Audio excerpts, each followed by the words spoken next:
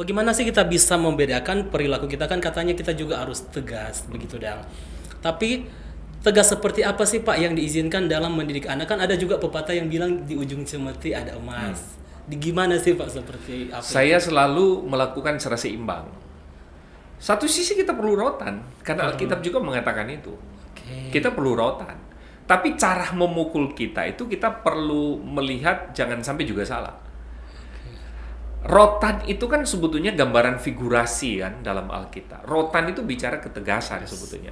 Itu menunjukkan otoritas kita. Untuk menunjukkan kepada anak bahwa saya ini papa kamu, saya ini mama kamu yang memiliki otoritas terhadap diri kamu. Gitu. Rotan berbicara batas-batas moralitas yang perlu dia lakukan dan tidak lakukan. Nah, cuma persoalan yang sering kali terjadi adalah kekerasan itu terjadi dengan rotan tanpa semacam sebuah ada penjelasan. Kalau saya gini, dulu Icat itu kalau saya pukul dan saya tahu tempat di mana saya harus pukul dan sampai sejauh mana saya harus pukul kekuatannya, itu saya harus perhitungkan. Karena saya tahu secara psikologis itu akan berbahaya dalam sisi mental gitu.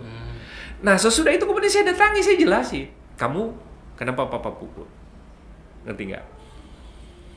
Saya jelasin semua alasannya gitu. Sehingga kemudian dia terima atau tidak, paling penting buat saya adalah pesannya tersampaikan. Pesannya tersampaikan. Ada orang tua gantung. Bahaya nggak ini? Pukul tapi kemudian tanpa sebuah didikan. Menurut saya memang ada waktu memang kita perlu menggunakan otoritas kita, rotan itu.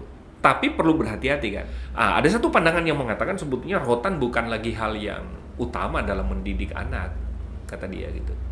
Tapi sebetulnya sebelum mencapai ke titik itu sebetulnya paling penting adalah relationship. Jadi saya tidak lagi melihat Icat itu sebagai anak sebetulnya.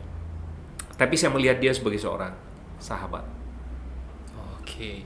Berarti ketika kena rotan, dikasih waktu agak tenang sedikit, diberi penjelasan. Itu paling penting gitu.